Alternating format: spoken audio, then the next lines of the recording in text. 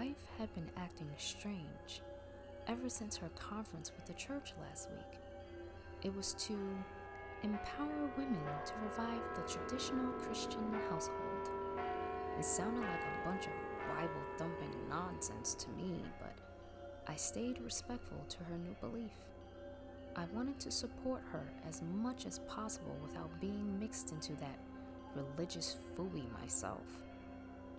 I raised an eyebrow at her buying a $600 tiller a few days ago, but she said she wanted to get in touch with God's creation and grow beautiful flowers and vegetables.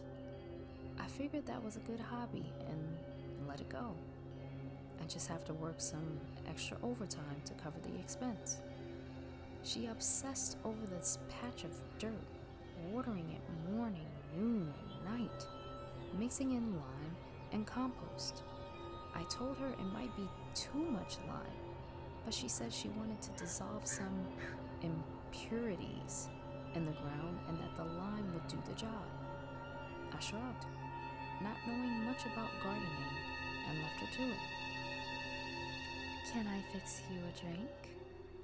she asked, wiping the dirt from her brow. "Oh, sure, honey, that would be nice," I replied.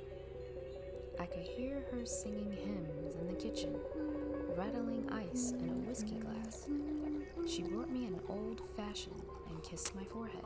"Here you go, honey." "You're not having one?" I asked, taking a sip. "Oh no, I'm not allowed." She sat across from me and watched as I drank the entire thing, letting me babble on about work and renovations that I wanted to do on the house. Getting new cabinets. I started to feel I also thought about getting lightheaded as I munched on the maraschino cherry. The room began to spin, and my vision blurred.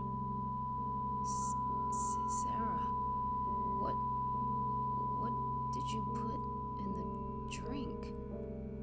I tried to stand, but fell forward.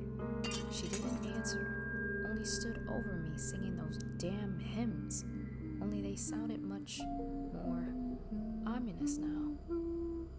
I crawled maybe a few feet before darkness took me. Something heavy and wet hit my face. I opened my eyes and tried to move. I couldn't move my arms. They felt impossibly heavy. I rolled my head to the side and realized in horror that I was buried up to my neck in her garden. Sarah, stop!" I shouted weakly. "Back to the earth you must go to atone for your sins. You came from the dust, and to the dust you shall return," she sang. "Sarah, stop. I love you." I choked, weeping now. I am a new creature, reborn in Christ's image. I cannot be yoked with an unbeliever. The church has already assigned me a new husband," she replied coldly. I kept pleading, but it was useless. I could still hear her singing hymns as the soil filled my lungs and silenced my screams.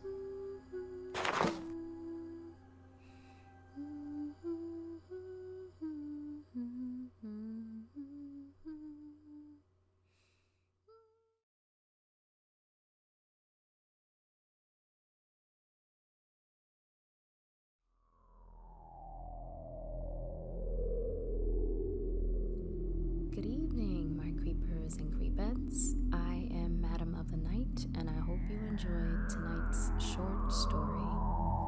Well, I guess a lot of people are very strong in their beliefs, but I think Sarah must have took it a little too far. Don't you think?